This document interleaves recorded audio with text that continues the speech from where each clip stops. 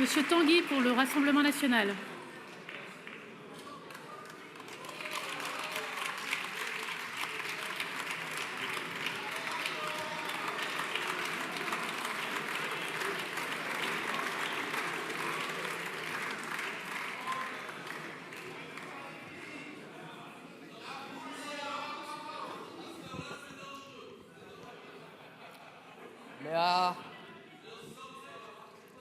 Mais je sais que vous avez une passion coupable pour moi maintenant, qui va vous poursuivre pendant 5 ans. Mais en tout cas, vous n'avez pas poursuivi de vos efforts la conquête de maigres mais réels petits gains de pouvoir d'achat, car nous sommes là, en tant que représentants personnellement des Hauts-de-France, dans la grande tradition de ceux qui se battent pour que les Français aient un peu plus d'argent à la fin du mois, même si ce n'est pas tout l'argent que nous voulons. Nous sommes réunis ici grâce à l'engagement de Marine Le Pen, qui, la première ici, dans le paysage politique, a été la première à lever la question du pouvoir d'achat.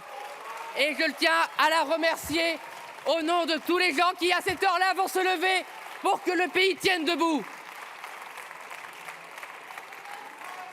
Alors, silence. Alors, oh, ce cri du cœur, j'avoue, Monsieur Tanguy, s'il vous plaît. Qui a inspiré, je pense, beaucoup de gens parmi nous. Chers je vous en prie, collègues de gauche. Monsieur Tanguy, s'il vous plaît. Silence pour la France.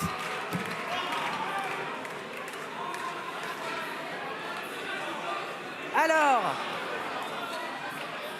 un deuxième round va s'ouvrir dans quelques heures.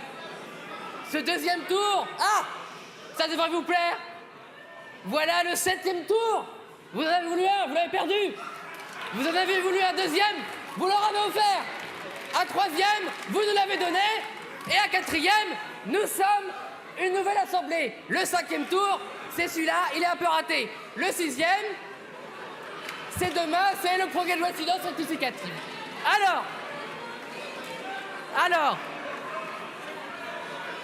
faut un peu rigoler. Ah bah attendez, un peu de légèreté, un peu de légèreté après cette nuit, ces heures qui ont tous été difficiles. Et je veux saluer, au nom de vous tous, j'en suis sûr, les agents qui ont permis à cette séance de se tenir aussi tard. Les agents en séance, le personnel de l'Assemblée, notre présidente de séance, Hélène Laporte, et même vous, les gens de gauche, quand même, parce que même si vous êtes parfois très pénibles,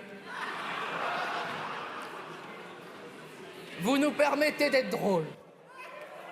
Alors, maintenant, soyons sérieux, le deuxième round, pardon.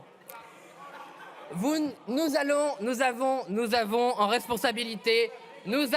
responsabilité voté des mesures. Alors, c'est assez ironique. S'il vous plaît. Je ne dirai pas plus. La parole est à Monsieur Tanguy à lui seul, s'il vous plaît. Nous écoutons Monsieur Tanguy. Moins de 2 minutes. Dans cette discussion, a été un sketch et qui a été constructif. Je pense, chers collègues de la majorité présidentielle, chers collègues de LR, chers collègues de Lyot, que nous avons été, nous, constructifs et que nous avons essayé d'apporter notre petite pierre, même si vous n'avez pas saisi la main que nous avons tendue pour améliorer le texte. Nous avons quand même voté vos mesures. Pourquoi je l'ai dit? Car ce qui compte, c'est quand nous rentrons en circonscription, nous pouvons dire aux Français et les regarder droit dans les yeux que nous avons tenté de faire le maximum pour améliorer leur pouvoir d'achat. Maintenant, vous avez refusé des amendements qui auraient pu être utiles. Je pense à la diminution par 2 des abonnements téléphoniques dans les zones blanches qui paient pour les autres. Je pense à la limite des frais bancaires qui sont une spoliation. Je pense au tabou des salaires que vous n'avez pas voulu aborder et que nous réaborderons à la rentrée grâce à Marine Le Pen en proposant une proposition de loi sur la hausse de 10% sans charge. Mais maintenant, demain, nous allons parler du PLFR. Et il sera temps de parler de 2 choses qui n'ont pas été abordées. C'est notamment la baisse de la fiscalité et la baisse des dépenses contraintes. Il faut, chers collègues, faire de vraies économies, des économies structurelles pour pouvoir rendre de l'argent aux Français. Dès demain, j'espère que nous pourrons le faire ensemble. Il y a de nombreuses économies sur l'immigration, il y a de nombreuses économies sur l'Union européenne que nous pouvons faire ensemble pour rendre de l'argent aux Français. Enfin, demain, il sera temps d'aborder le grand sujet de la TVA. Depuis Ça 30 ans suffit, dans ce monsieur pays, Ruffin. la Ça TVA suffit. est devenue le socle injuste, le choc spoliateur de notre système fiscal. Il n'est pas juste, la TVA n'est pas un impôt juste. Nous allons proposer d'en rendre une grande partie au peuple de France. Il faut rendre de la TVA au peuple de France. Et vous ne savez toujours pas compter. Et je vous souhaite une bonne soirée. Merci.